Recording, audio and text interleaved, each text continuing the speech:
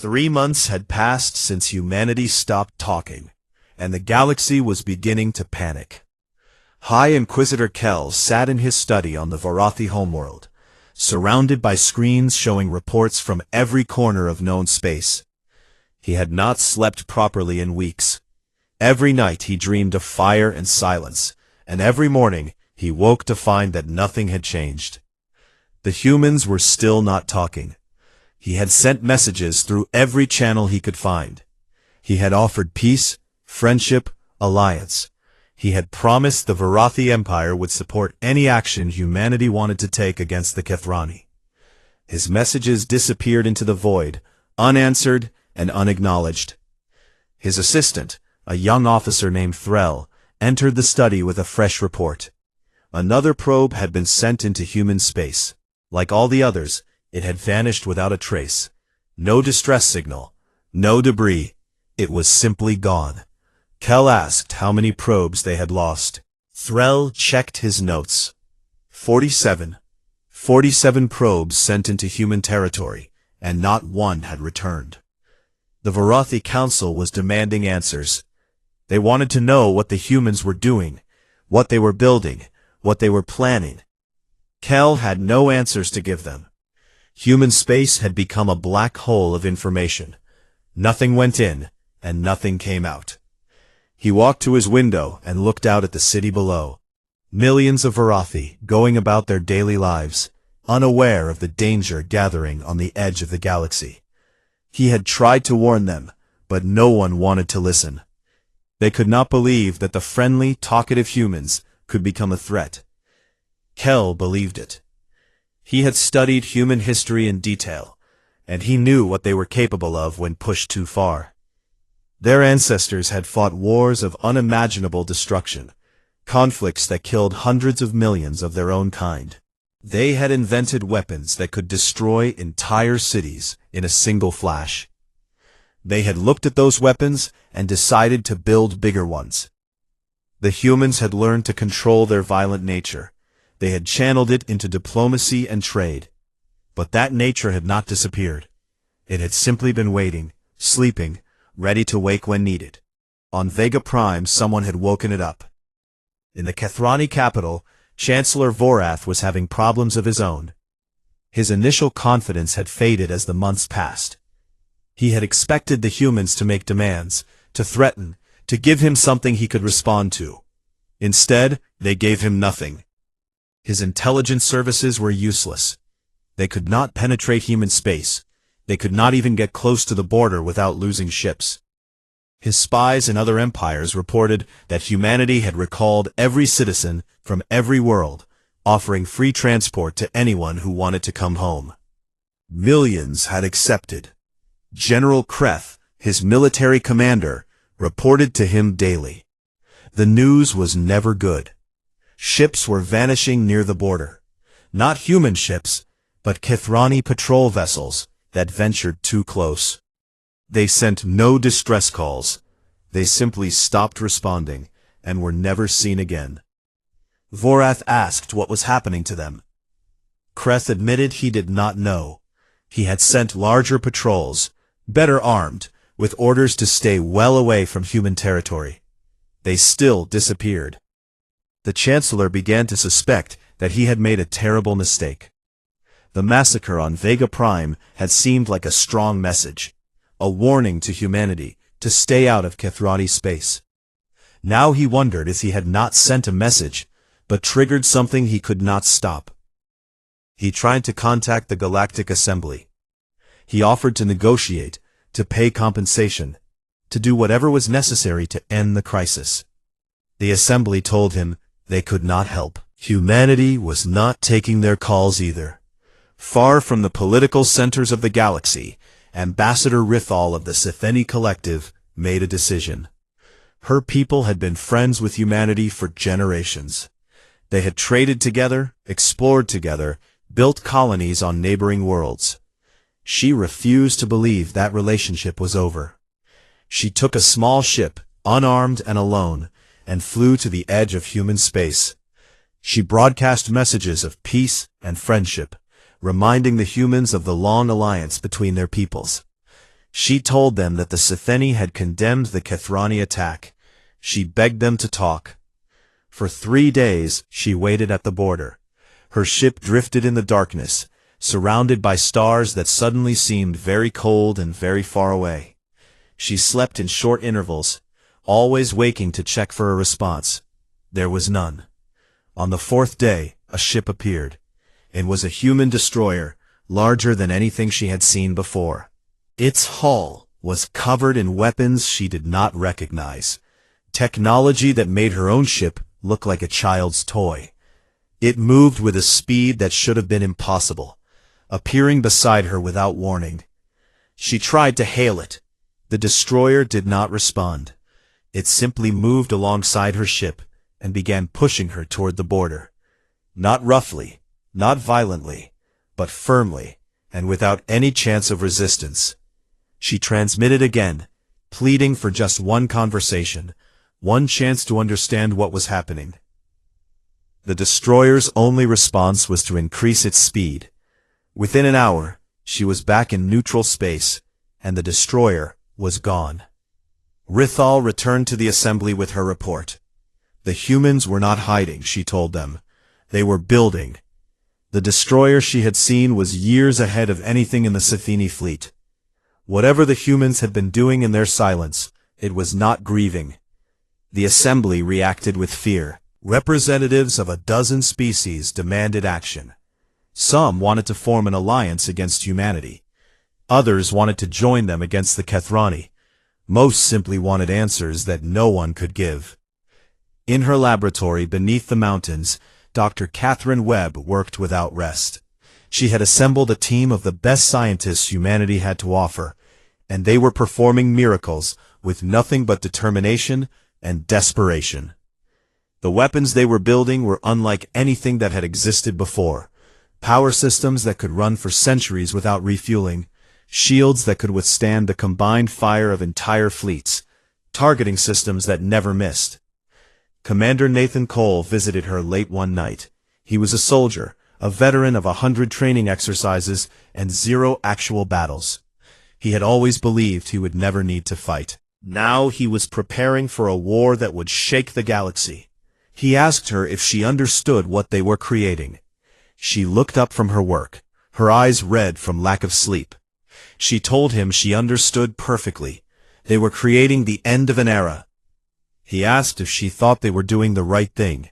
She thought about the question for a long time before answering. She told him she did not know if it was right. She only knew it was necessary. The children of Vega Prime had done nothing wrong, she said. They had played and laughed and dreamed of the future, just like children everywhere. And someone had decided their lives were worth less than territory. Someone had burned them alive because they could.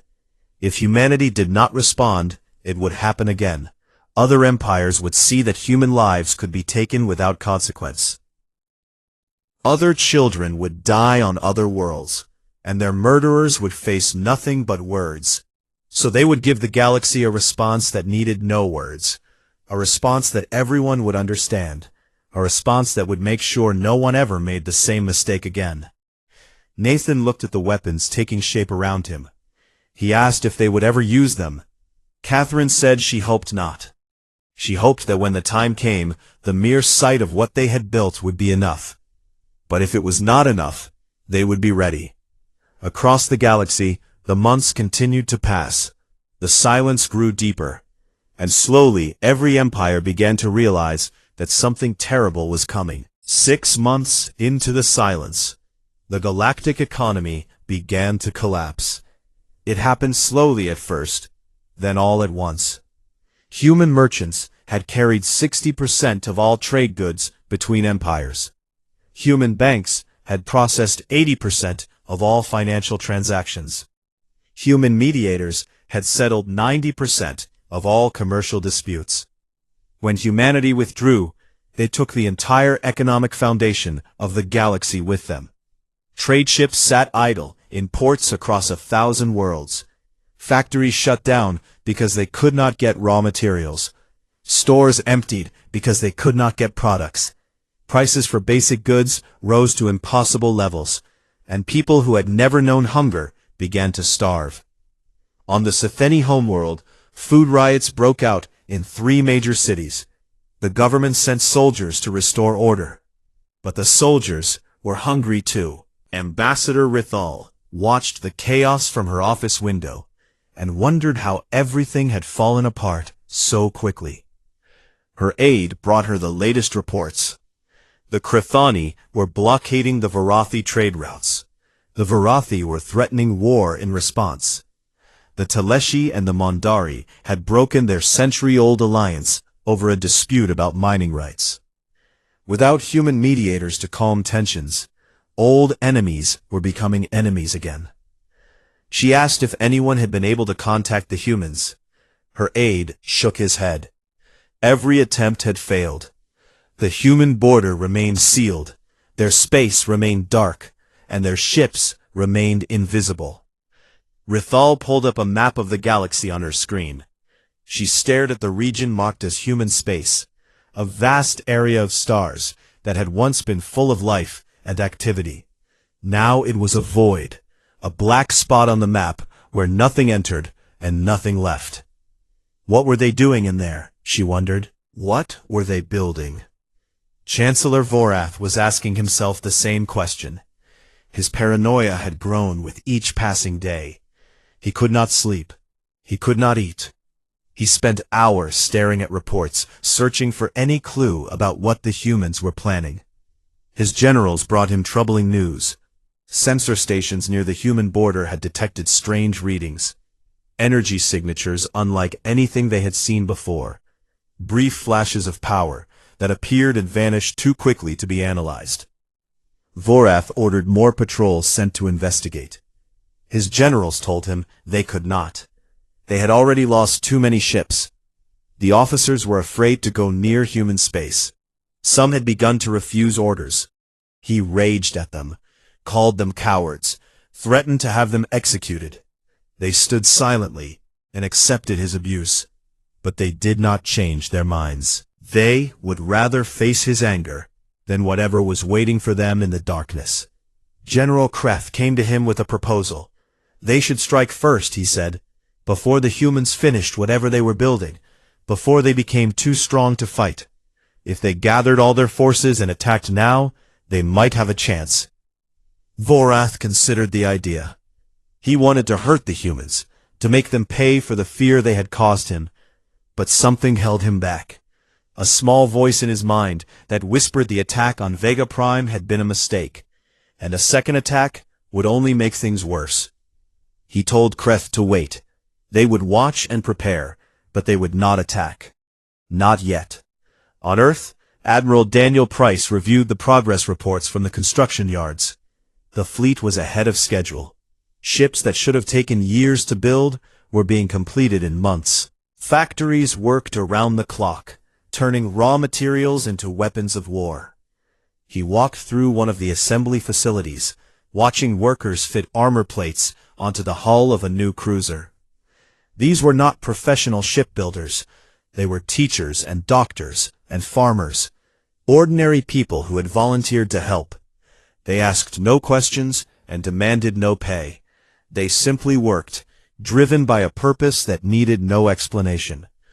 A young woman approached him. Her name was Lisa Grant, and she had been a school teacher before the attack. Her brother had lived on Vega Prime. Now she worked 16-hour shifts, welding metal and running cables. Her hands were covered in burns, but she never complained. She asked him when they would be finished. He told her, soon. She asked what would happen then. He told her the truth. They would show the galaxy what happened when humanity stopped talking.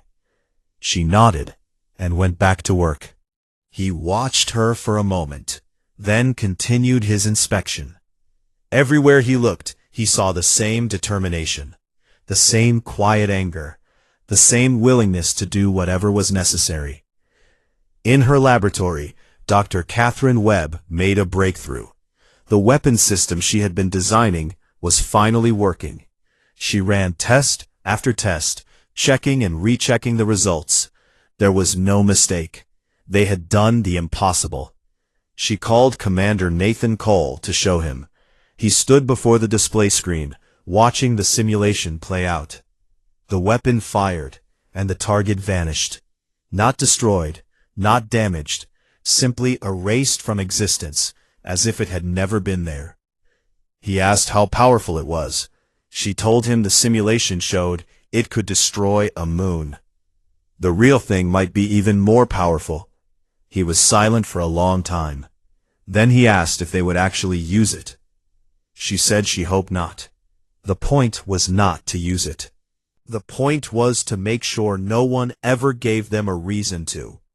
Across the galaxy, fear continued to spread.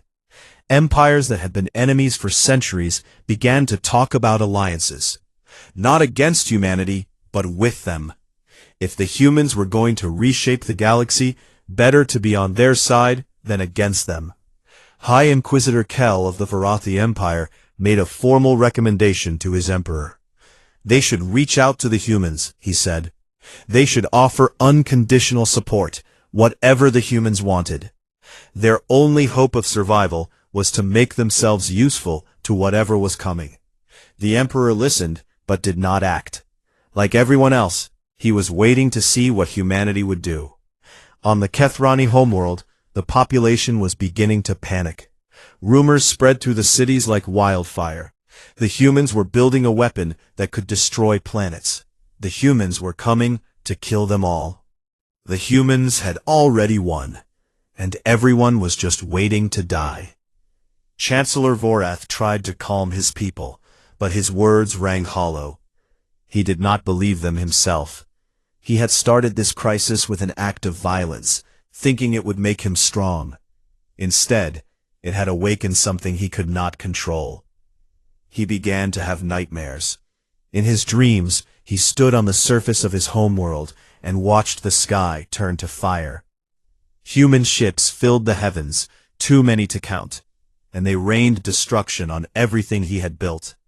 He woke screaming, covered in sweat, knowing that his dreams might become reality. The silence continued. Days became weeks, weeks became months, and in the darkness of human space, the fleet grew larger and the weapons grew stronger, and the day of reckoning drew closer. Ambassador Lauren Mitchell sat in her quarters on Earth, reading reports from across the galaxy. She saw the chaos and the fear, the collapsing economies and the rising tensions. Part of her wanted to reach out, to start talking again, to try to fix what had been broken. But then she thought about Vega Prime. She thought about the 12 million people who would never speak again. She thought about the children who had died crying for their parents, and the parents who had died trying to protect their children. The galaxy wanted humanity to talk. They would have to wait a little longer. And when humanity finally spoke, everyone would listen. 1 year after the silence began, humanity finally communicated. Captain Ryan Brooks stood on the bridge of the USS Relentless and watched the stars outside his window. He was 34 years old, with dark hair and steady hands. He had joined the fleet because his father had been a captain, and his grandfather before that. He had expected a career of patrols and exercises, of peace and quiet. Then the Kethrani killed his sister. She had been a nurse on Vega Prime. She had moved there with her husband and their 2 children to build a new life on a frontier world. Ryan had visited them twice, playing with his niece and nephew in the garden of their small home. He had promised to come back for the holidays. He never got the chance. Now he commanded one of the most powerful warships ever built, and he was about to lead humanity's answer to the massacre.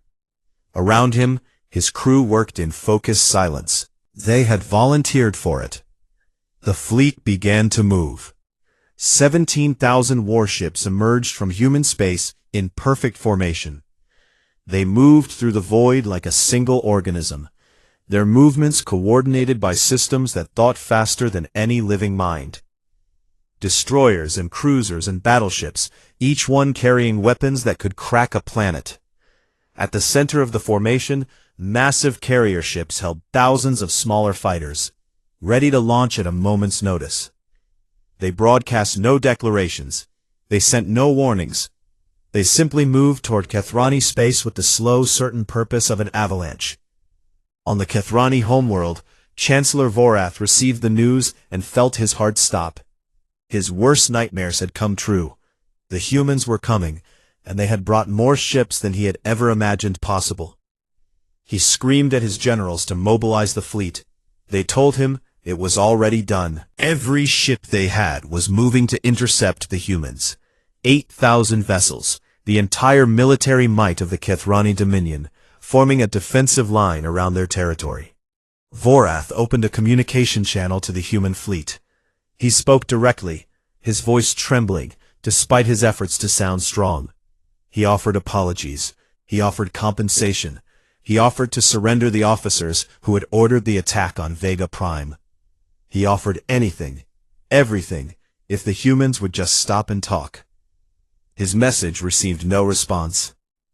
Admiral Daniel Price sat on the bridge of his flagship, the USS Horizon, and watched the Kethrani fleet appear on his sensors. They were outnumbered more than 2-1, but they were fighting for their homes. They would not surrender easily. His communications officer reported the Kethrani Chancellor's message. He asked if they should respond. Price shook his head.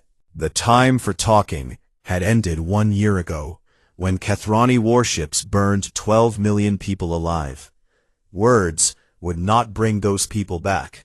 Words would not heal the wound that had been torn in the heart of humanity. Only action would do that. He gave the order to engage. The Battle of Kethrin Prime began with a flash of light that could be seen across half the galaxy. Human ships opened fire with weapons no one had ever faced before. Beams of energy that cut through shields like paper. Missiles that tracked their targets with impossible precision. Electronic warfare systems that turned enemy ships against each other. The Kethrani fought bravely. Their captains and crews knew they were outmatched, but they refused to run. They formed defensive formations and tried to slow the human advance. They sacrificed themselves to buy time for their people to evacuate. It was not enough. Captain Brooks led his squadron through the heart of the Kethrani formation. His ship twisted and dodged enemy fire, returning destruction for every shot that came near. He watched Kethrani vessels explode around him, their crews dying in the cold vacuum of space. He felt no joy in their deaths. He felt no satisfaction.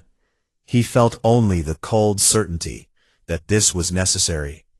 The people who had killed his sister, who had murdered his niece and nephew, had to understand that some crimes could not go unpunished. The battle lasted 6 hours. When it was over, the Kethrani fleet was destroyed.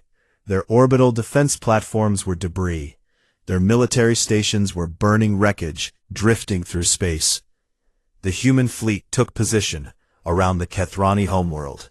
From orbit, they could see cities stretching across the continents, billions of people looking up at the sky in terror. The weapons on the human ships could turn those cities to ash in minutes. Admiral Price looked at the planet below him. He thought about Vega Prime, about the 12 million people who had died there. He thought about all the children who would never grow up, all the families that had been destroyed. He could give the order, and the Kethrani would cease to exist. It would be justice, some would say, an eye for an eye, the same fate they had given to humanity's colony. But that was not why they had come. He opened a channel to all ships. He told them to hold fire. They were not here to destroy the Kethrani. They were here to send a message, and the message was not death. For 3 days, the human fleet held position around the enemy homeworld.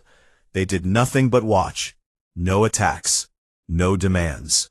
Just 17,000 warships, hanging in the sky like the sword of an angry god, waiting to fall. The people below lived those 3 days in absolute terror. They did not know why the humans were waiting. They did not know what would happen next. Some fled to shelters. Others gathered with their families, holding their loved ones close. Many simply stared at the sky and prayed. Then, as suddenly as they had come, the human ships began to withdraw. They left the planet untouched. They left the cities standing. They left the people alive. But they did not leave everything. The Kethrani military was gone. Their shipyards were destroyed. Their weapons factories were rubble. Every facility capable of building anything that could threaten another world had been eliminated with surgical precision.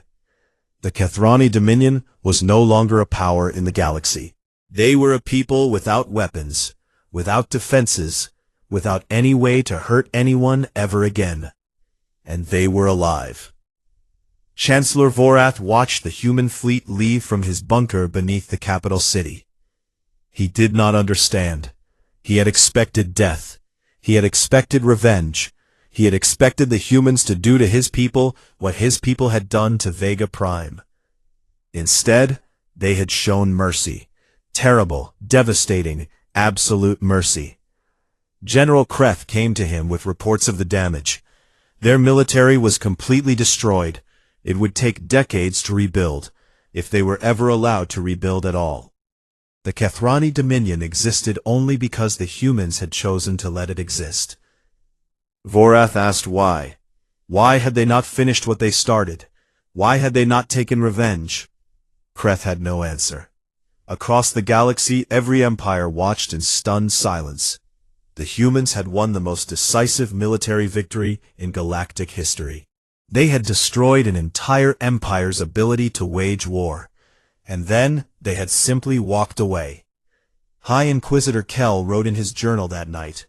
He wrote that humanity had done something far more terrifying than destruction. They had shown restraint. They had proven that they could end civilizations if they chose to. And they had chosen not to. That, he wrote, was the message. Not death, but the power to bring death, and the wisdom to withhold it. The galaxy had learned what humanity could do when angered. Now they would learn what humanity did when victorious. And everyone who had ever thought about attacking a human colony would think again. The fleet returned to Earth space. The soldiers went home to their families. The ships entered orbit around their homeworld, ready but no longer needed. The year of silence was almost over. The silence lasted one more month after the battle. Across the galaxy, diplomats and leaders waited anxiously for any sign of what humanity would do next. The human fleet remained in Earth space, visible on long-range sensors, but making no aggressive moves. The human economy remained closed, their borders remained sealed, and their communication channels remained dark. Then, one morning, everything changed. Every human embassy across the galaxy reopened simultaneously. Lights came on in buildings that had been dark for over a year. Flags were raised. Staff returned to their posts. Communication channels that had been silent began accepting messages again. Ambassador Lauren Mitchell walked into the Galactic Assembly Chamber and took her seat. She looked older than she had a year ago, her hair showing traces of gray that had not been there before. But her eyes were sharp, and her voice was steady. The chamber fell silent as she rose to speak. Representatives of 100 species watched her, hardly daring to breathe. This was the moment everyone had been waiting for. This was when humanity would finally explain what had happened and what it meant. She began by speaking about Vega Prime. She described the colony in detail, the cities and farms, the schools and hospitals. She talked about the people who had lived there, the dreams they had carried to a distant world. She named children who had been learning to read, couples who had been planning weddings, grandparents who had been teaching old songs to new generations. Then she described the attack. She showed images that humanity had kept private until now. The burning cities, the fleeing crowds, the bodies of children lying in streets that had been filled with laughter just hours before. She spared no detail, hiding nothing from the assembly. When she finished describing the massacre, she paused. The chamber was absolutely silent. Some representatives were weeping. Others stared at the floor, unable to meet her eyes. She told them that humanity had spent 300 years talking. They had believed in diplomacy. They had believed in negotiation. They had believed that words could solve any problem. Vega Prime had proven them wrong. Words had not protected their children. Treaties had not stopped the bombs. Friendship had not prevented the slaughter. 12 million people had died while humanity was still talking. She announced the new terms of human participation in galactic affairs. They were simple and absolute. Any attack on human civilians would be met with the complete destruction of the attacker's military capability. No warnings, no negotiations, no second chances.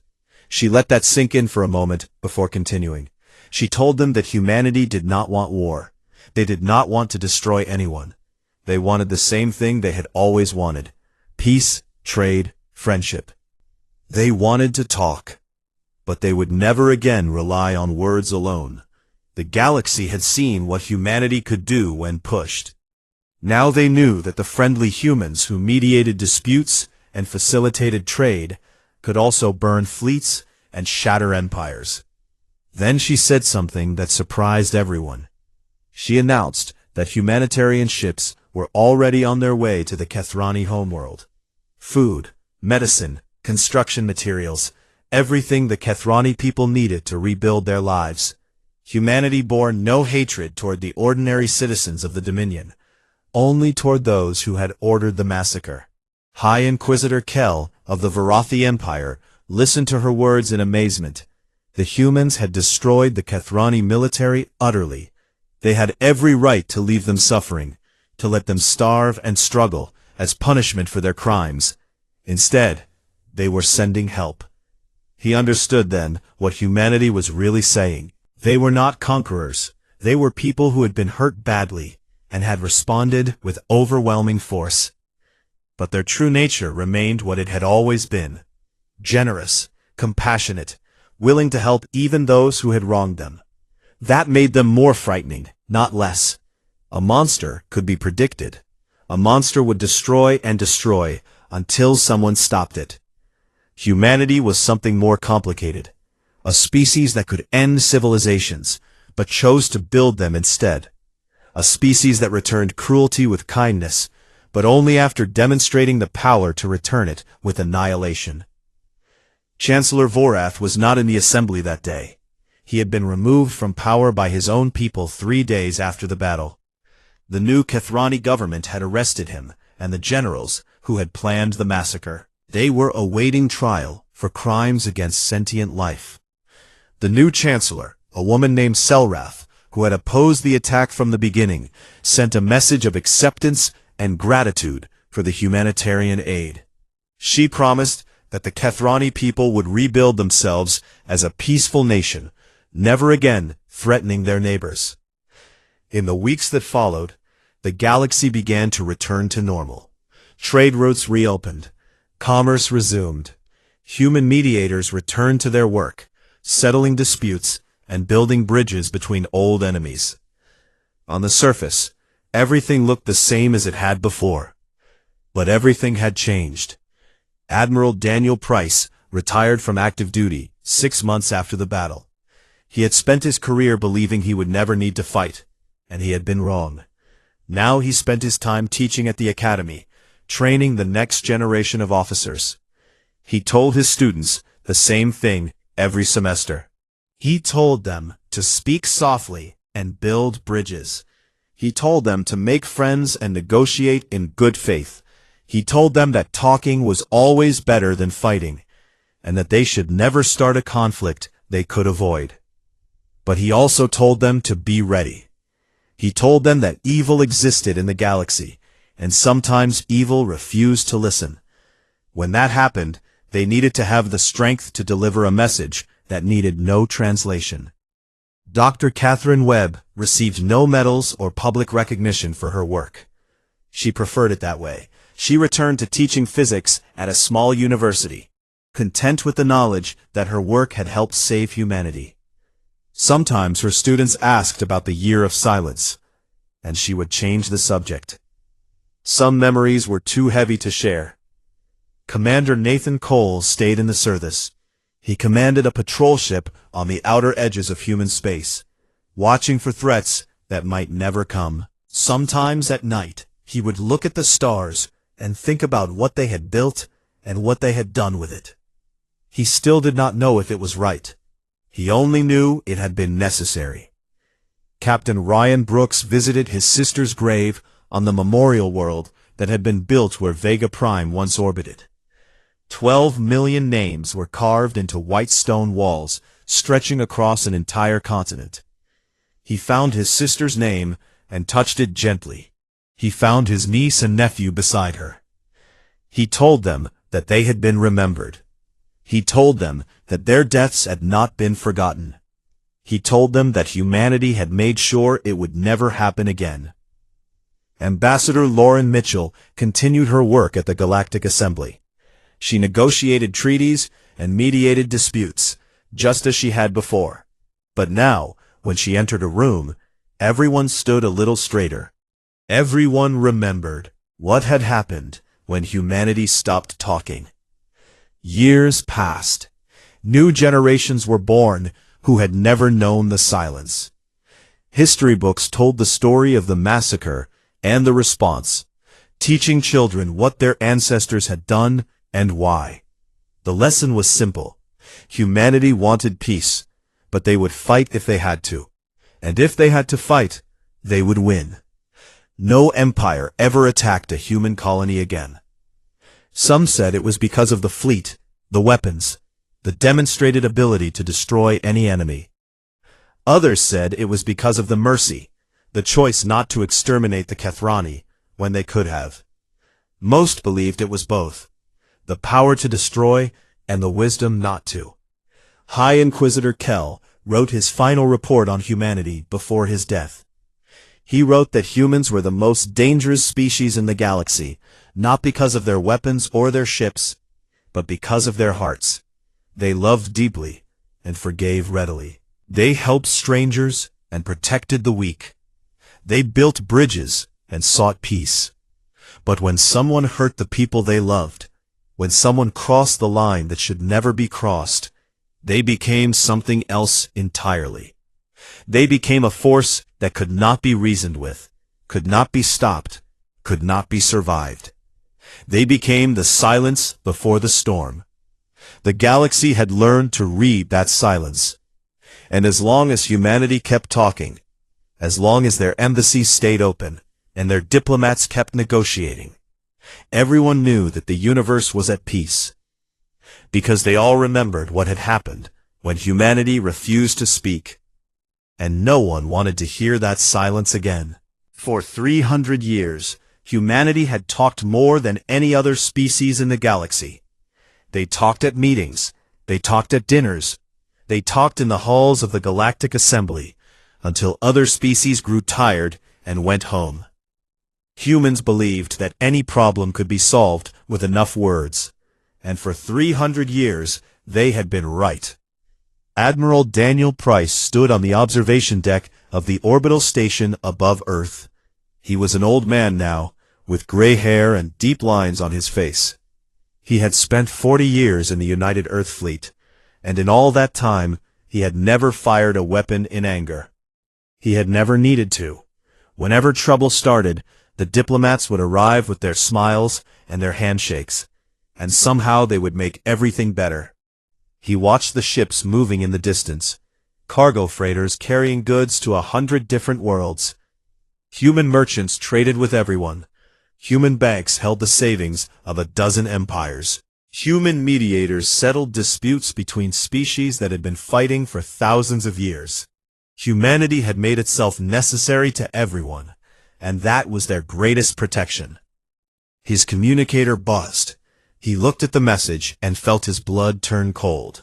The colony on Vega Prime had gone silent. 3 hours later, the first reports came in. The Kethrani Dominion had attacked without warning. Their warships had appeared in orbit and begun firing on the surface. They had targeted cities, hospitals, schools. They had killed everyone they could find. 12 million people lived on Vega Prime. 12 million men, women, and children who had built homes and farms and communities on a world far from Earth. They had done nothing wrong. They had simply existed in a place the Kethrani wanted. Admiral Price read the reports again and again, hoping he had made a mistake. He had not. Everyone was dead. The news spread across human space within hours. People gathered in the streets, staring at screens that showed images of burning cities. They did not shout or riot. They simply stood in silence, watching the destruction of their brothers and sisters on a distant world. Ambassador Lauren Mitchell was in her office on the diplomatic station when she received the news. She was a small woman with sharp eyes and a quick mind. She had spent 20 years negotiating treaties and peace agreements. She had stopped wars with nothing but her voice and her determination. Her assistant, a young man named Kevin Park, entered her office with tears in his eyes. He asked her what they were going to do.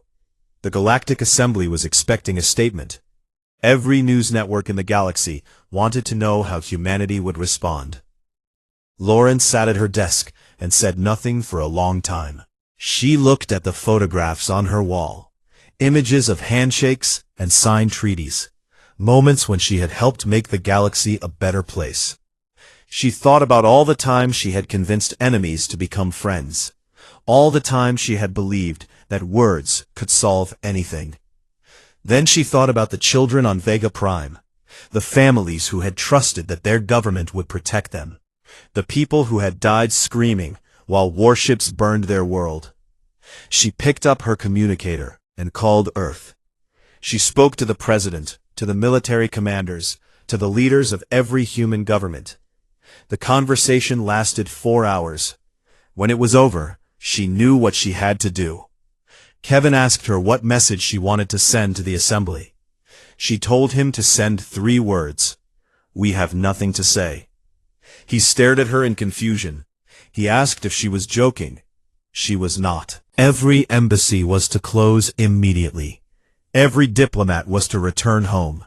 Every communication channel with alien species was to be shut down. There would be no statements, no explanations, no responses to any questions. Humanity was going silent. Admiral Price received his orders that night. All fleet vessels were to return to Earth space. No human ship was to cross into alien territory for any reason. Any alien vessel approaching human space was to be turned away without communication. He read the orders twice, then began issuing commands to his captains. Ships that had been stationed at distant outposts began the long journey home. Trade routes that had operated for centuries went dark. Billions of tons of cargo sat in warehouses with no one to move them. On the Kethrani homeworld, Chancellor Vorath received the news of humanity's response. He had expected anger. He had expected threats and demands. He had prepared speeches to justify his actions, arguments to present to the Galactic Assembly. Instead, there was nothing. The humans had simply walked away. He laughed when his advisors told him. He called the humans cowards. He said they were running home to hide, too weak to face the consequences of their expansion into Kethrani territory. His generals agreed with him. The massacre had been necessary, they said. The humans needed to learn their place. But not everyone in the galaxy shared his confidence. High Inquisitor Kell of the Varathi Empire had studied humans for 30 years. He had read their history, analyzed their psychology, watched their behavior in countless situations. When he heard about the silence, he immediately requested a meeting with his emperor.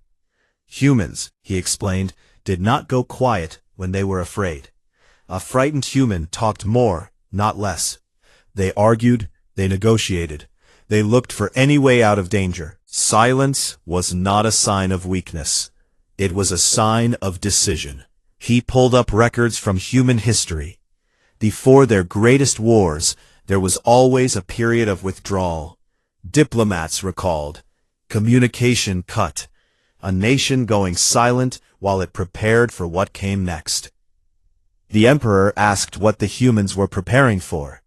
Kel said he did not know, but he was certain of one thing.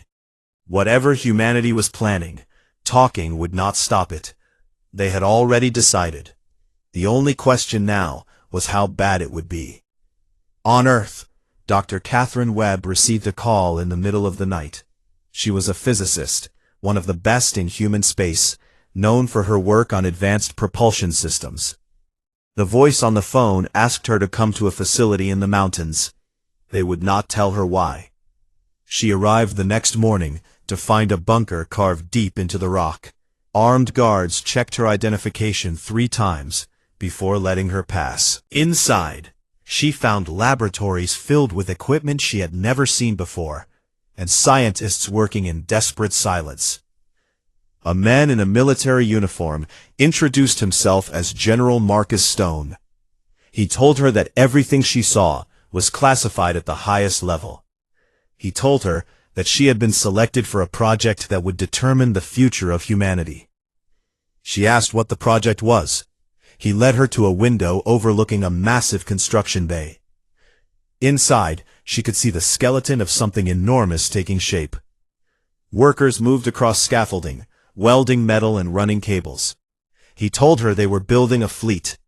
Not just any fleet, but the most powerful military force the galaxy had ever seen. They had 1 year to complete it. She would be leading the team responsible for weapons development. Catherine looked at the construction bay and felt something cold settle in her chest. She had spent her career building things that helped people. Now she was being asked to build things that destroyed them. She asked if there was no other way. General Stone looked at her with tired eyes. He told her they had tried talking for 300 years. Talking had not saved the people on Vega Prime. She nodded slowly and asked where she should start. Across the galaxy, the silence continued. Days turned into weeks, weeks turned into months, and every empire began to wonder what would happen when humanity finally decided to speak again.